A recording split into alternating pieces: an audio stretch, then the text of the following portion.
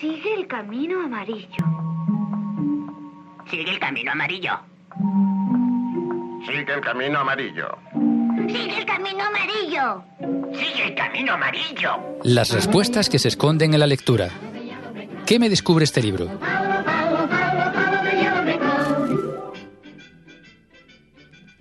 Pues os quiero presentar en esta mañana, en este espacio que continuamos, un libro que se llama Constelaciones Kármicas. Para ello he invitado a Pepa Campos, que ha sido la que se ha encargado de traducirlo. Os cuento sobre todo de Pepa Campos, que ella es psicóloga y es directora fundadora de la Escuela de Terapia Gestalt en Sevilla, que tiene por nombre Gera. Bueno, pues es una de las instituciones más antiguas dentro de España y sobre todo en Andalucía, de este tipo de terapia Gestalt. Y bueno, todo es poco, ¿no? De los que pertenecemos a este gremio, todos solo con el nombre conocemos el legado de Pepa sobre este tipo de terapias. Pero buenos días, Pepa. Buenos días, Irene. ¿Qué tal ahí en Sevilla? Muy bien, muy bien. Bueno, he hecho esta breve introducción de ti porque, bueno, cualquier cosa se me queda corto, porque si quieres añadir algo para que te ubiquen nuestros oyentes aquí en Jaén. Bueno, pues comentar que yo conocí la terapia gestal cuando estaba estudiando en la universidad, cuando estaba estudiando psicología, cuando estaba en segundo de carrera.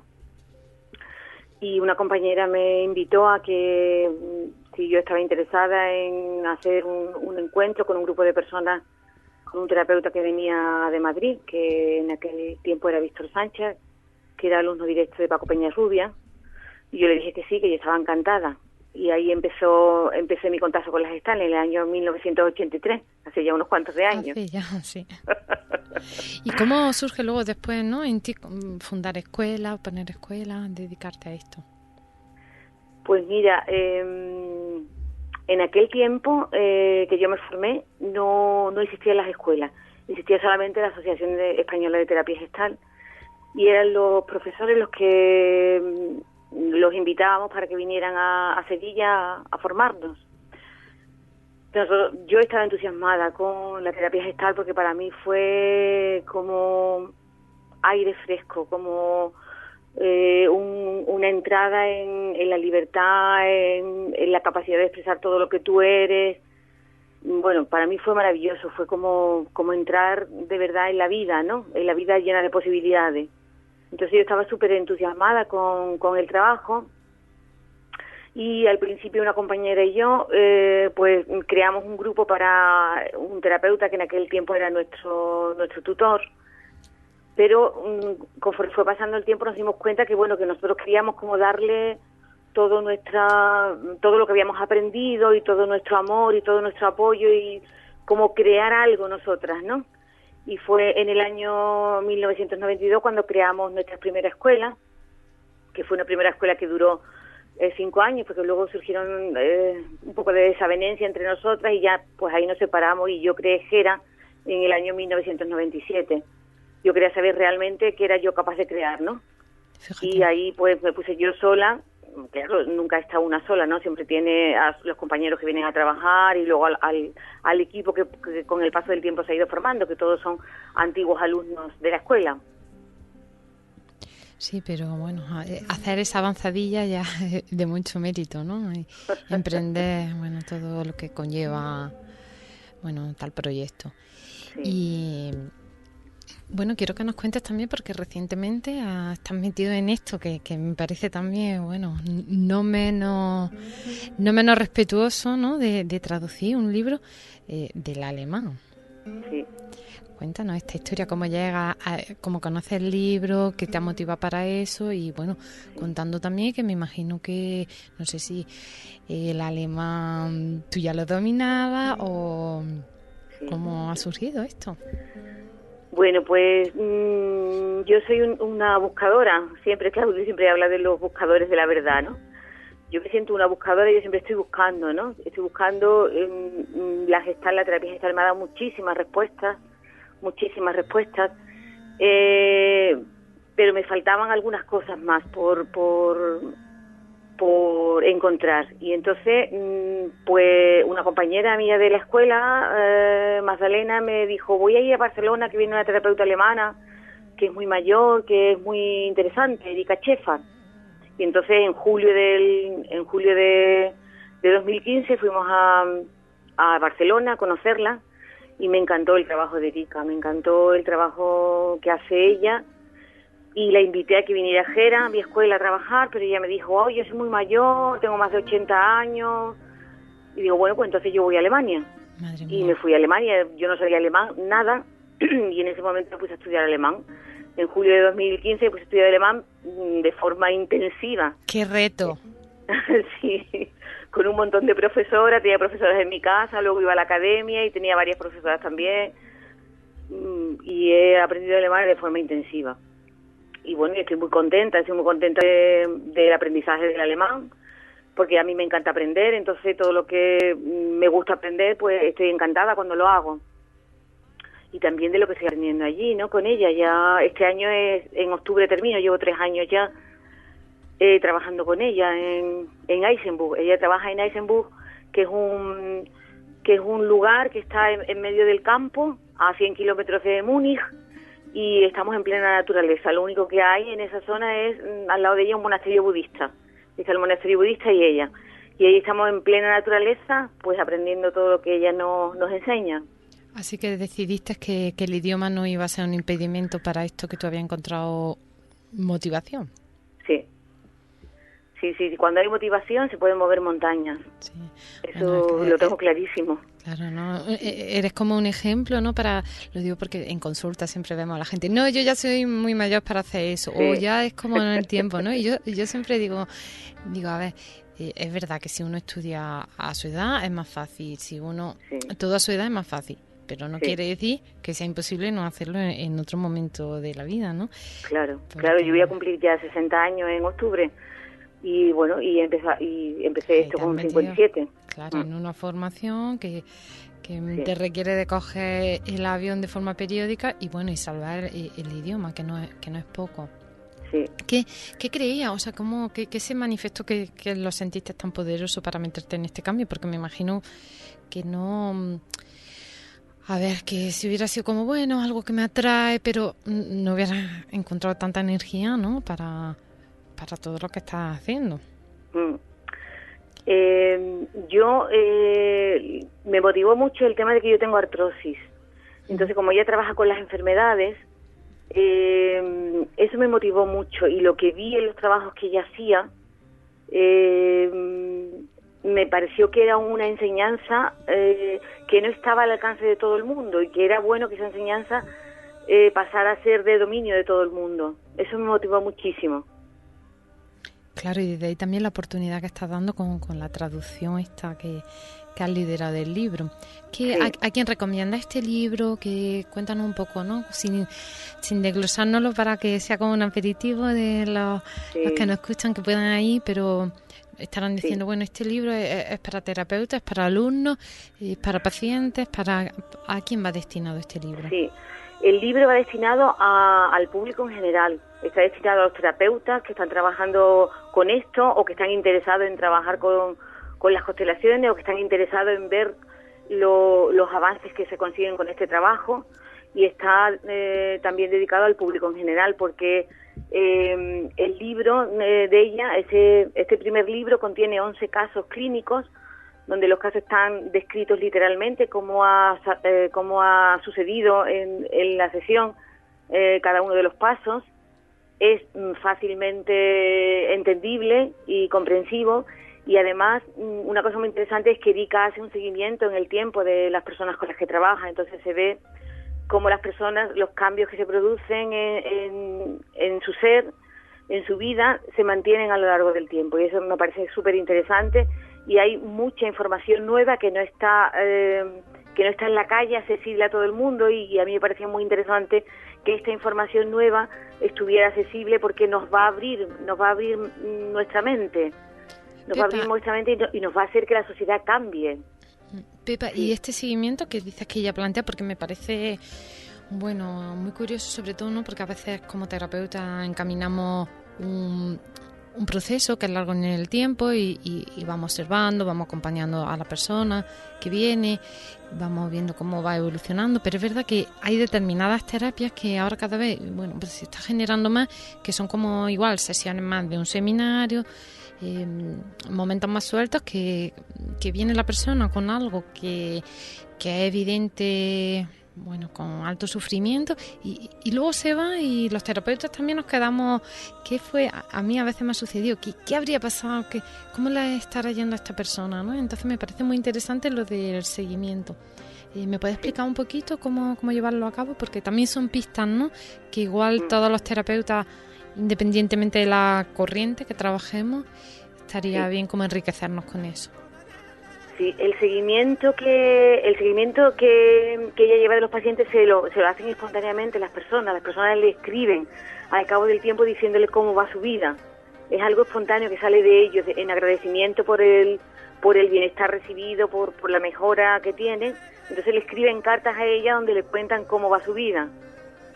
Vale, entonces sería abrir, como dejar ahí, ¿no? La semillita esta a las personas de que nos puedan contactar, porque a veces hacemos cierre, ¿no? Y ya se da por supuesto que cierre, y hacer una invitación a que nos vayan contactando más adelante. Sí. Vale, entiendo. Sí, sí. Bueno, me gustaría, así que por ponerlo en lo concreto, que me puedas contar un caso bien que tú hayas experimentado, algún caso que esté en el libro, para que los oyentes se puedan hacer una idea más aproximada de lo que estamos hablando. Sí. Pues mira, te puedo contar, el libro tiene 11 casos, 6 casos de adultos y 5 casos con niños. A ella le gusta mucho trabajar con niños y a veces trabaja con bebés que están en los brazos de sus padres, de su madre o de su padre. Y se ven los cambios en el bebé conforme ella va trabajando con el padre o con la madre. Mira, un caso que viene en el libro es el caso de Billy. Billy era un hombre de 60 años que tenía un problema de cleptomanía. Bueno, para las personas que no saben lo que es la cleptomanía es como el impulso a robar. Este hombre no podía resistirse a su impulso a robar, pero lo que robaba siempre era cosas relacionadas con la alimentación. Robaba alimentos o robaba cacharros de la cocina, cacerolas, utensilios de cocina. Entonces este hombre llevaba mucho tiempo con este problema. Le apareció a él cuando tenía 20 años y ahora tenía 60. Había hecho muchísimas terapias y no había podido superar el problema. Entonces cuando llega Erika, pues Erika hace con él una constelación. Para las personas que no saben cómo es el trabajo de constelaciones, Erika le pide que dentro de las personas que están en el grupo elija una persona que lo represente a él y otra persona que represente a la cleptomanía, al síntoma que él tenía. Y cuando le pregunta al representante cómo se siente, el representante dice que le cuesta trabajo entenderlo porque es como si no tuviera lenguaje. Entonces Erika piensa que puede ser que sea un bebé. Entonces le pregunta a la cleptomanía y en el momento que le pregunta a la cleptomanía rápidamente hace como una regresión al pasado y dice que se encuentra en un bosque donde hay soldados rusos y donde esos soldados rusos viven en una cabaña que está en el bosque. Y la persona dice que siente dentro de ella como que está dividida entre el hambre tan tremenda que tiene y el miedo que tiene a que si entra en la cabaña de los soldados rusos la asesinen. Digamos que lleva a la persona a un estado de regresión. Sí, ella lleva, a veces la persona directamente entra en ese estado, porque depende de lo que le cuente. Erika ya sabe si está en el momento presente o está en un momento pasado. A veces espontáneamente se produce que la persona se va a ese momento pasado. Y entonces, bueno, pues le cuenta de la lucha interna que hay entre el hambre que tiene y el miedo que tiene a que lo maten, a que le quiten la vida. Pero finalmente el hambre gana y entra en la choza y roba comida, ¿no? Entonces ahí, bueno, se ve claramente que la persona que está, Billy, que estaba presente viendo lo que estaba pasando, le parecía increíble lo que estaba sucediendo, porque eso que estaba contando el representante de la cleptomanía es lo que vivió su madre en la guerra. Su madre, cuando tenía 20 años, estaba embarazada de él y vivió la guerra y sufrió ese hambre, y ese episodio se lo contaba la madre a él. Como si O sea, fuese le parecía... una memoria, ¿no?, que queda ahí atrapada. Sí, la memoria que queda atrapada, los campos mórficos de los que habla Rupert Sheldrake es esto, ¿no? Es decir, que como que todos estamos conectados con todo y lo que ha sucedido está como ahí en una memoria colectiva a la que todos somos accesibles y nos abrimos a ella. Y bueno, a partir de ese momento, pues Erika le pide a una mujer que haga de mamá, es como que va a hacer un renacimiento en ese momento con la persona que hace, en ese momento le pide a Billy que se meta a él y que haga él como de niño que está en el vientre de su madre, para de alguna manera separar lo que pertenece a la madre, los sentimientos que pertenecen a la madre y los sentimientos que pertenecen al bebé. Porque cuando el bebé está en el vientre de la madre, como todos sabemos, y si no sabemos lo digo yo, los sentimientos de la madre y los del niño son uno solo. Todo lo que siente la madre, el niño lo siente como si fuera suyo. Entonces, para sanar esto es importante que separemos los sentimientos que son de la madre de los sentimientos que son del bebé. Los sentimientos de la madre en ese momento eran de miedo y de mucha hambre, y los sentimientos de un bebé en el vientre de su madre es que está súper a gusto, se siente súper protegido en el vientre, se siente calentito, siente que tiene todo lo que le hace falta, y entonces ahí hace Erika ese trabajo de separación. Deja con tu madre todo lo que le pertenece a ella, ese hambre, ese miedo, y tú conéctate con lo que siente un bebé en el vientre de su madre, con lo que sientes tú ahora mismo ahí, en esta madre que está haciendo, en esta mujer que está haciendo de madre tuya, que estás calentito, que estás protegido, que estás cuidado, que estás a gusto. Y ahí ella hace un renacimiento, entre todos los participantes hacen como el canal del parto, y nace Billy para que nazca con toda esa fuerza que tiene el niño cuando pasa a través del canal del parto, que el niño coge mucha fuerza a través de superar la dificultad de pasar por el canal del parto, y ahí que nazca la vida con toda su fuerza. Y ha dejado todo lo que no le pertenecía con su madre, con amor y con cariño. Siempre en las constelaciones se habla de dejarlo con quien pertenece, con amor y con respeto. Dejar lo que no es tuyo con la persona a la que pertenece, con amor y con respeto. Entonces Billy deja todo eso con su madre, con amor y con respeto, y vuelve a la vida como una persona con toda esa fuerza que él ha conseguido a través de atravesar el canal del parto para vivir su vida. Entonces, como hacía mucho tiempo que Billy tenía este problema, porque a él le apareció justo a la misma edad que en la que la madre estaba embarazada de él. A los 20 años a él le aparece este síntoma, este impulso incontrolable de querer robar, ¿no? Fecha aniversario. Sí, la misma fecha. Entonces, como hace tanto tiempo, él tiene 60 años ahora cuando va a la consulta de Erika, y cuando le pasó por primera vez tenía 20, entonces Erika piensa que puede necesitar más de una sesión para, de alguna manera, que lo que está ya condicionado se rompa el condicionamiento. Pero no tuvo que volver más. Con esa sola sesión Billy se recuperó de su problema de cleptomanía. Fíjate. Súper interesante. Sí, muy interesante. Se me ocurre preguntarte, Pepa, escuchándote esto, ¿qué cualidades tendría que tener un terapeuta constelador, ¿no?, para meterse en este trabajo? Porque es cierto que estamos ahora, ¿no?, que salen como muchos tipos de terapia, son cosas que tan internas, ¿no?, de aprender para ponerlo afuera, que así como a lo simple, ¿qué características nos dirías que es como básico para entrar en sintonía con ese tipo de terapia? Pues yo creo que la característica fundamental es que tenga mucho trabajo interior. El terapeuta tiene que tener mucho trabajo interior, porque a veces surgen imágenes que son difíciles, imágenes que son duras, imágenes que tienen mucha carga, y entonces el terapeuta tiene que tener la suficiente fuerza como para sostener todo eso. Y para tener esa fuerza, para sostener todo eso, el terapeuta tiene que haber trabajado mucho en sí mismo. Es decir, que tiene que ser una persona experimentada. Esto es una técnica nueva, relativamente nueva. Sí, y esto es muy bueno, ¿no?, que lo escuchen nuestros oyentes, porque a veces yo siempre digo, bueno, también es la responsabilidad, ¿no? A veces como del paciente, Sí. de la persona que va, que está dolido, está sufriendo, no te erradica del criterio de a quién escoge de terapeuta, ¿no? Y es verdad que en estas cosas, que en un trabajo tan potente, se requiere también un terapeuta con todo este trabajo que pueda sostener y todo lo que allí pueda manifestarse. Sí, es muy importante que el terapeuta pueda, porque metafóricamente el terapeuta es como el útero, que permite que se dé todo eso, y el útero es un útero contenedor de todo lo que se da allí, de todo lo que se da allí, de todo el crecimiento que tiene que producirse, y tiene que ser capaz de sostener todo lo que se da. Pues Pepa, te quiero preguntar, ¿dónde se puede obtener el libro? ¿Cómo se compra?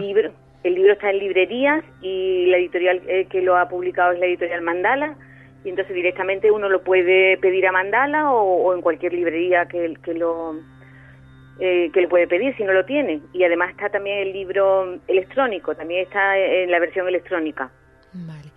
Y me imagino que si alguien quiere hacer como algún tipo de sesión de este tipo, ¿tú en Sevilla estás realizándolo o aquí en España ahora mismo? Ahora mismo yo estoy en el trabajo de traducir los otros, porque Erika tiene 3 libros en total, y entonces estoy traduciendo los libros, todo el trabajo que tiene que ver con que los libros tengan que accedan al público en general, ¿no? Y entonces yo estoy muy dedicada ahora al trabajo de la traducción de los libros. No sé si más adelante, Erika vino el año pasado, en abril, igual en otro momento viene. Vale, pues bueno, tennos en cuenta, sí. al día de todas estas cositas, ¿vale? Sí, por supuesto. Bueno, pues para cerrar, Pepa, me gustaría preguntarte, ya sabes que este programa tiene por nombre Habitando el Vacío, y bueno, pues me imagino que tú, como muchas de las personas que nos escuchan en este día, habrás atravesado momentos de vacío en tu vida. Me gustaría que pienses en alguna situación. Sí. Y no tanto que me cuentes esa situación, pero sí que me cuentes qué te ayudó a atravesarlo. Sí, mira, yo el momento más grande de vacío que sentí en mi vida, que no me importa contártelo, fue cuando tuve un aborto natural. Entonces yo ahí sentí un vacío tremendo en mi vientre, era como un vacío que no tenía fondo, ¿no? Y una cosa que me ayudó mucho, que yo hice espontáneamente, me creaba en la cama, me creaba un nidito con almohadones. Yo ponía almohadones a todo alrededor mía, en la espalda, yo me abrazaba un almohadón, toda cubierta de almohadones. Y eso me ayudó muchísimo a atravesar ese vacío tan grande que yo sentí, y se convirtió en una técnica de trabajo que yo utilizo con mis clientes. Sí. Yo utilizo esa técnica de trabajo porque es de alguna manera convertirte tú en el útero que te gestas a ti misma. Cuando tú te gestas a ti misma y cuando tú te das a luz a ti misma, de alguna manera te sientes llena de ti. Entonces ese sentirte llena de ti transforma el vacío. Y otra cosa también que yo considero muy importante es que el vacío, a veces el vacío tan que las personas vienen y sienten que es tan grande, ese vacío se transforma cuando tú lo aceptas. El vacío, lo que está llamado mucho el vacío fértil y el vacío, no me acuerdo ahora de la palabra, el vacío estéril y el vacío fértil. En general hablamos de vacío estéril y vacío fértil. El vacío estéril es cuando tú no aceptas el vacío. En el momento que tú abrazas el vacío, tu vacío, ese vacío se convierte en un vacío fértil. Empieza a llenarse, empiezas a llenarte de ti misma y ahí se transforma. Bueno, Pepa, pues muy agradecida por este rato de compañía tuyo aquí en Uniradio Jaén. Te despedimos y... Muchas gracias a ti, y Irene. Bueno, y te mando mi admiración por todo lo que el trabajo que llevas, ¿no?, con tu escuela continuado y en este último reto que te has metido, ¿vale? Muchas bueno, gracias. Pues abrazo a ti y a tu equipo. Hasta luego. Hasta luego.